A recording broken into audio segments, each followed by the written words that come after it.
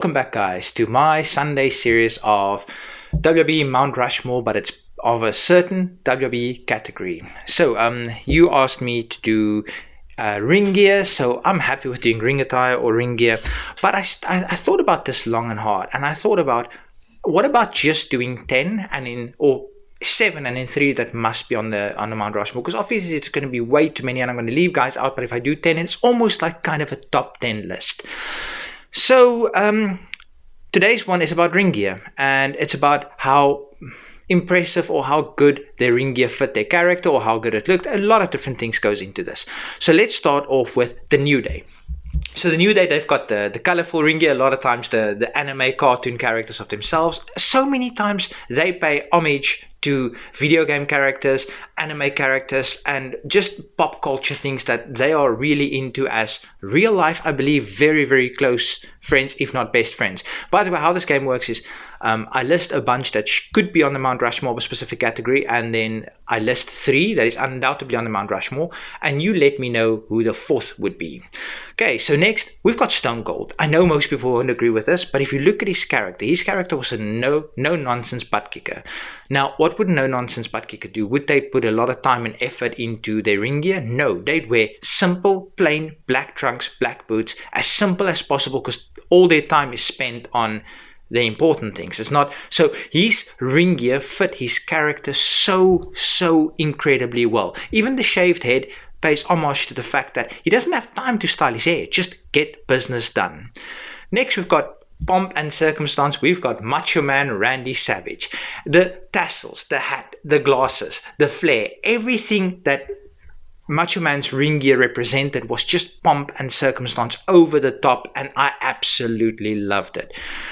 Next, we've got the Hardy Boys. So if you grew up in the same era as me, so I was born in 1986. When the Hardy Boys were at their peak was 1998 through 2001. So I was 12, 13, 14, 15.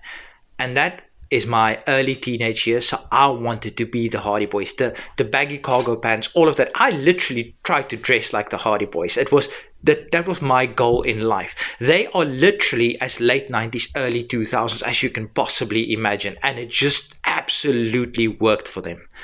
Next, I had to throw it in here. It's Rhea Ripley. So her mummy character, her dominatrix character, everything just works with her ring gear. The leather, the black, everything, just the makeup, everything she does just absolutely works for that character.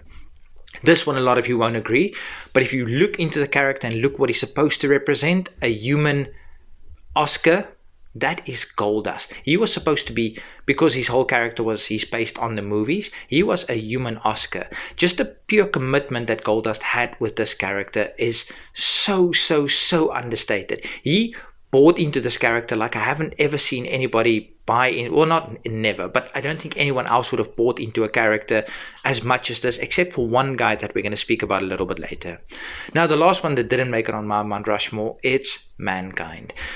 So Mankind, he had a lot of different looks, but I'm talking about Mankind, not Cactus Jack, not Dude Love. Mankind's look, the first one was the brown with the leather, mandible claw, all of that, where he was tear his hair out, sit in the corner of the ring, rock, just absolutely terrified me as a kid. But then you look at when he became the corporate Mankind, when he had the white button up with the skewed tie, and that also worked so well for the time and era for WWE. Now the 3 that absolutely should be on the Mount Rushmore, no doubt about it, is another guy that bought into his character just like Goldust did, and that is The Undertaker. He's had multiple looks. He had the original Undertaker look with the purple glove and all of that completely worked as a zombie, mortician, wizard. I don't even know what that character was supposed to be. Then, of course, he had the Ministry of Darkness look, which was a little bit more dark, but it still worked for him. Then he had the biker look, which is underrated. I wasn't the biggest fan of Biker Taker. I prefer Deadman Taker. And then he came back with the MMA gloves to throw a bit more fists than his slow, methodical movement. And it was just absolutely perfect. Next is his kayfabe brother, Kane. And I'm talking about not corporate Kane with the slacks on and all that. I'm talking about the devil's favorite demon, red and black Kane. That is the Kane I'm talking about. Pre-unmasking Kane. Probably one of the best in-ring gears ever. I mean, that's why he's on the Mount Rushmore.